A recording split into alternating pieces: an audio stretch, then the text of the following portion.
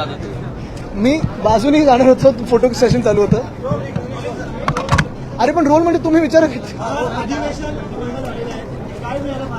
या अधिवेशनाला फलित काय? मला वाटतं एकच आहे. तसं पाहायला गेलं तर परवाची बॉडी लँग्वेज मुख्यमंत्री महोदयांची आणि आजची बॉडी लँग्वेज टोन सोशल मीडियानंतर जोडल्यानंतर आणि ते जे काही महाराष्ट्रात प्रश्न विचारतात त्यांच्याबद्दल बोलल्यानंतर आपण पाहिलं असेल थोडंसं अंतर झालेलं, पण बॉडी लँग्वेज तेवढीच डाऊन होती. पहिलं मी थोडा विचार केला की आपण खरोखर ह्या सगळ्या थापा ऐकायला बसायचं का. पण नंतर मी हा पण विचार केला की मुख्यमंत्री महोदयांचं कदाचित शेवटचं अधिवेशन असेल, त्यानंतर ते केंद्रात जातील, तर थोडं बसूया ऐकूया. म्हणून काय आता मी ऐकलं, आपण पण ऐकलं, अनेक गोष्टी सांगितल्या, पण खरोखर ऑन ग्राउंड महाराष्ट्र जसा आहे आणि मुख्यमंत्र्यांच्या मनात जे आत्ता काही चाललंय ह्याच्यात खूप तफावत आहे. त्यांचा ग्राउंड कनेक्ट हा तुटलेला आहे हे क्लिअरली कळतंय.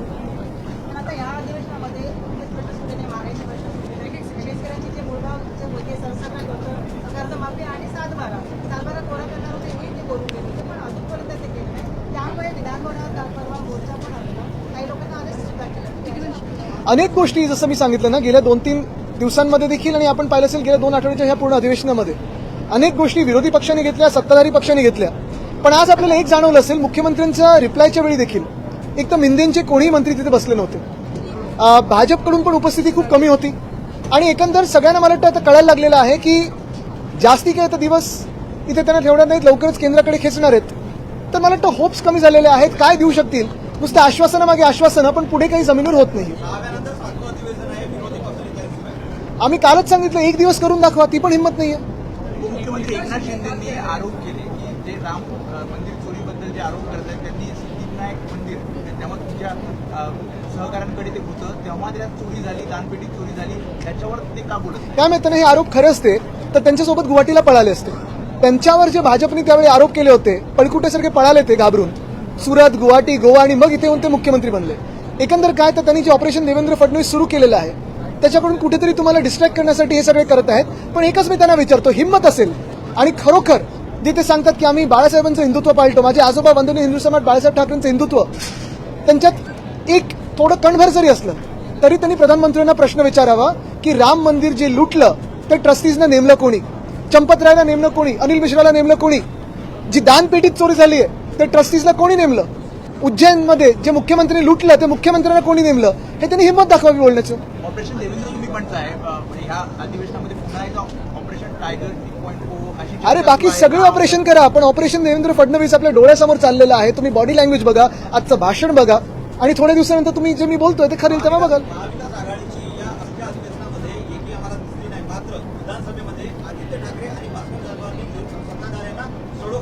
नाही सगळे होते, महाविकास आघाडी सगळी होती. काल पण 3-3:30 पर्यंत बोलत होते सगळे माझे आजूबाजूचे सहकारी.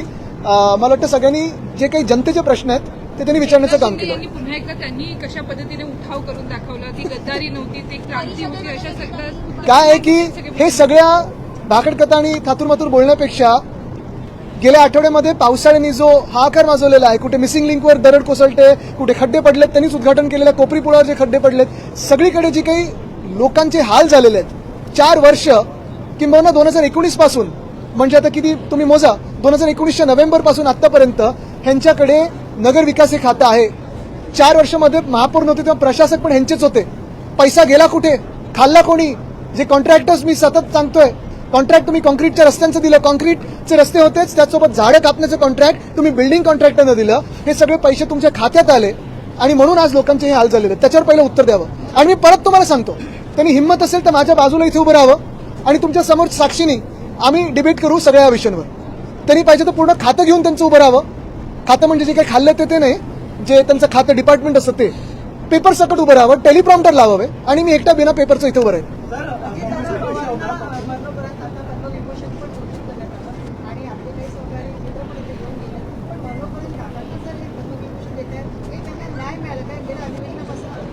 मला वाटतं हा विषय थोडा सेन्सिटिव्ह आहे. आता पण मुख्यमंत्री महोदयांनी त्याच्यावर आता जे सांगितलं की इन्व्हेस्टिगेशन चालू आहे, ते पूर्ण झाल्यानंतरच त्याच्यावर काही वक्तव्य करू शकतो.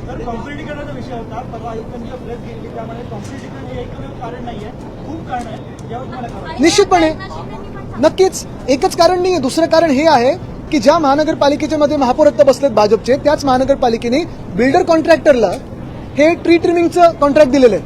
आता गफलत बघा अशी आहे भाजपचं सरकार आहे, कांदळवनं असतील किंवा जंगलं असतील, उठसूट कापायला निघालेत. छाटणी नाही, पूर्ण छाटून टाकायला निघालेत. पण छाटणी करायची, जिथे ट्रिमिंग करायचंय तिथे काम केलेलं नाहीये.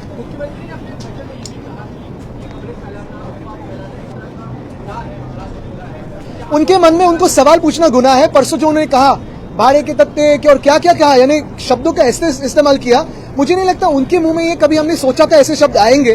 पहले हमें लगा था कि वो सुसंस्कृत है, लेकिन धीरे धीरे जो असली कलर है या फ्रस्ट्रेशन है वो दिखने लगा.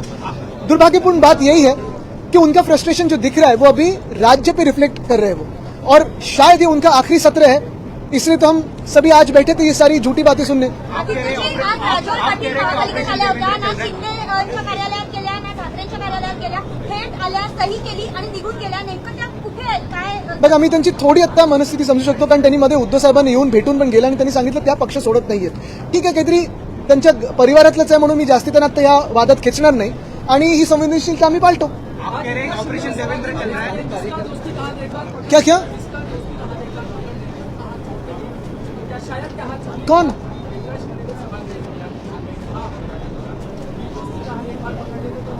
हाथ फिर कंधे फिर सर, अभी छोड़ दो ना, क्या क्या करते हो छोड़ दीजिए.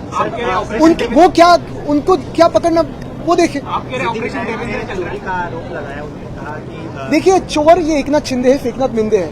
उन पे आरोप लगे जो सही थे, इसलिए वो भाग के गए सूरत, वहां से गए गुवाहाटी, फिर आए, और जैसे ही भाजपा को पता चलता है कि आप भ्रष्ट हो तो आपको मुख्यमंत्री उप मुख्यमंत्री बना देते हैं. वो तो दिख गया. चेंबूर का जो हादसा तुम्हें आत्ताच विचारा ना, बाहर में तो आप यू कह रहे हैं कि ऑपरेशन देवेंद्र चल रहा है, क्या कुछ ऑपरेशन देवेंद्र है, आपसे जानना चाहेंगे. ये ऑपरेशन टाइगर, ऑपरेशन तुतारी, ऑपरेशन ये, ऑपरेशन वो, ये कोई बात नहीं है. बात साफ है कि फेकनाथ बिंदे को स्वयं सीएम बनना है. भाजपा के 130 होके भी खुद को सीएम बनना है. हाथ पैर मार रहे हैं, पैसा पहुंचा रहे हैं, सब कुछ कर रहे हैं. और एक ही बात है कि ऑपरेशन देवेंद्र फडणवीस को उन्होंने इनिशिएट किया है. इसकी बात यही है कि ये फडणवीस साहब का शायद आखिरी सत्र है, अधिवेशन है. उसके बाद केंद्र में मंत्री बनाया जाएगा और यहाँ कोई दूसरा मुख्यमंत्री आएगा. सर, चेंबूर में जो पेड़ गिरा है, ऐसा एक रिपोर्ट आई है प्राइमरी कि सीमेंट की वजह से जड़ों में पानी और मिट्टी नहीं पहुंच पाई, जिस वजह से ये हादसा हुआ. आप बिल्कुल. और अभी तो म्युनिसिपल कमिश्नर कह रहे हैं कि सीमेंट की वजह से नहीं है. बात यही है कि जब भी आप रास्ते के काम करते हो, एक तो 30 फुट से छोटा रास्ता हो तो उसको सीमेंट कंक्रीट नहीं करते. दूसरी बात यह है कि मुंबई में अगर आप देखें तो कंक्रीटीकरण ऐसे किया गया है, किसी कॉन्ट्रैक्टर ने, बहुत सारे ये लोग हैं जिन्होंने पूरे जो जड़ है पेड़ के वो ही कवर कर दिए. नॉर्मली मिट्टी के होने चाहिए या पोरस कंक्रीट होना चाहिए, फिर उसके बाद एसफॉल्ट का ही क्लियर होता है, फिर कंक्रीटीकरण होता है. ये तो बिना देखे हर जगह कंक्रीट का इस्तेमाल किया है.